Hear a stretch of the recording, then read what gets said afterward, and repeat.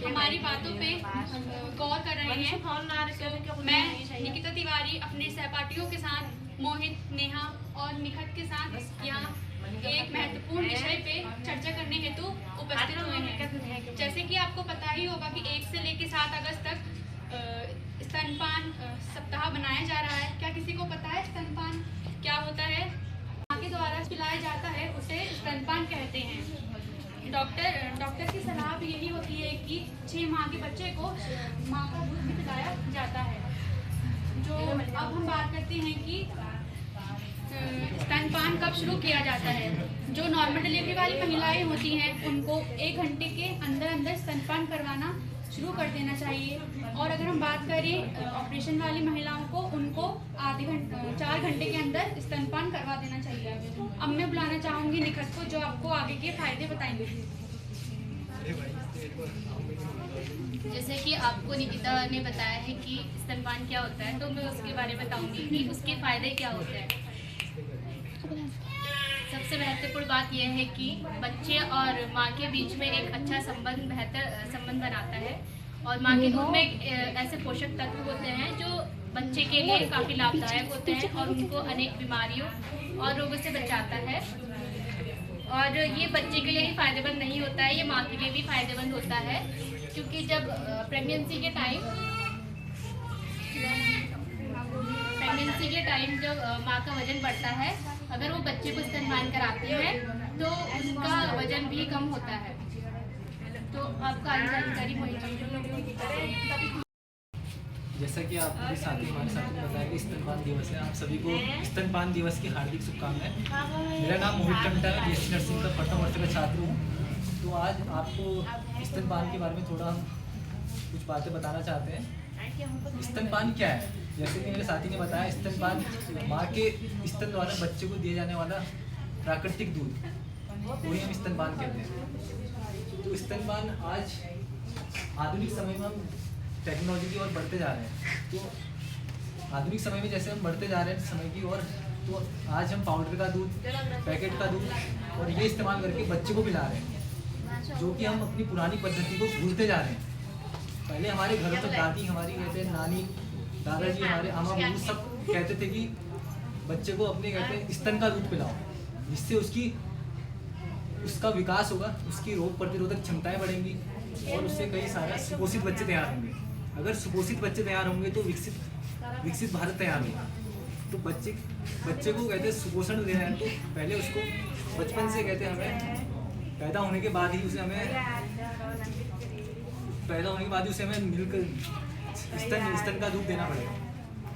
तो मेरा कहना ये कि आज के जो मॉडर्न समय की और हम जैसे जा रहे हैं, धीरे धीरे मॉडर्न समय पे जा रहे हैं, तो हम आजकल की माताएं स्तनपान कराने से संकोच कर रही हैं कि स्तनपान कराने से सोचती हैं कि मेरे चेस्ट में पेन हो रहा है, मेरी कहते हैं स्तन में एक ढीला बना रहा है और मेरे को कई सारी कमजोरियों का सामना करना पड़ रहा है।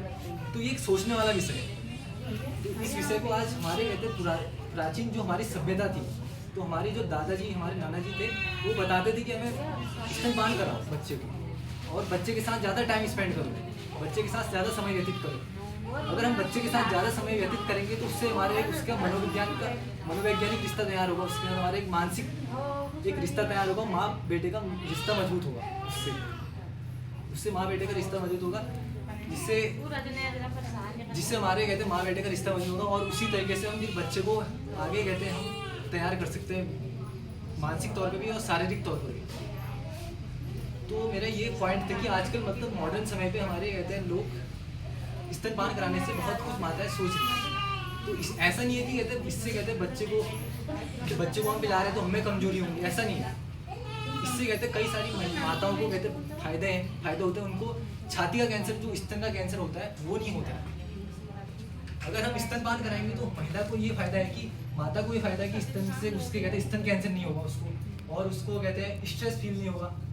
क्योंकि कई सारे तनाव में कहते हैं महिलाएं तनाव, चिड़चिड़ापन दिखाती है, प्रसव के बाद चिड़चिड़ापन भी होता है। तो ये चीज़ें हमारे इन चीज़ों में रोकथाम एक वो, और मेनली कहते हैं जो कहते हैं माँ का जो दूध होता है वो दो हार्मोन से बनता है। एक होता है प्रोलैक्टिन, एक होता है ऑक्सीटोसिन।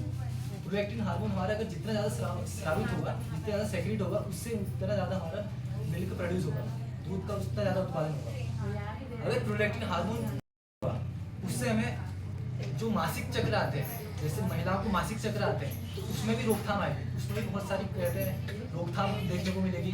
वो हर महीने कहते हैं, ऐसा नहीं कि मासिक चक्र आते रहते हैं, उसमें भी रोकथाम, उससे भी फायदा मिलेगा। और दूसरा हार्मोन है ऑक्सीटोसिन।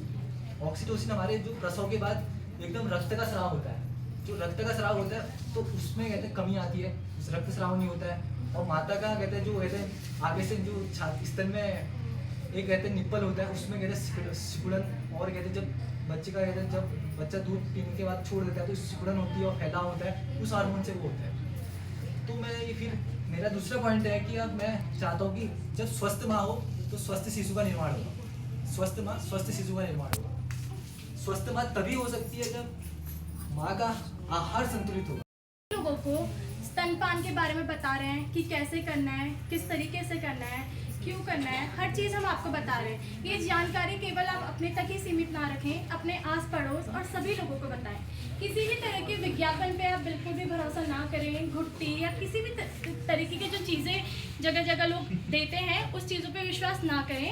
केवल माँ का दूध ही बच्चे को पिलाएं। अगर बच्चा, जो छोटा बच्चा होता है 10-15 दिन का, वो खुद से नहीं उठ पाता है, वो ज़्यादातर सोए रहता है, बट आपको ऐसा नहीं करना है। एक टाइम फिक्स करना है, उसको उठाना है, दूध पिलाना है, फिर सुलाना है। ऐसा नहीं करना है कि सोया है तो कोई बात नहीं, फिर थोड़ी देर बाद पिला देंगे। उसको समय समय पे माँ का दूध देना है। अगर माँ का दूध नहीं आ रहा है तो आप डिब्बे वाला जो लैक्टोस आता है वो दे सकते हैं, लेकिन तभी देना जब डॉक्टर ने आपको सलाह दे रखी है। अगर माँ का थोड़ा दूध भी आ रहा है तो एक टाइम पे आप लैक्टोस पिलाएं, एक टाइम पे माँ के दूध को पिलाएं, ताकि वो जो दूध थोड़ा थोड़ा बन रहा है वो टाइम आने पर, समय आने पर दूध और बनेगा।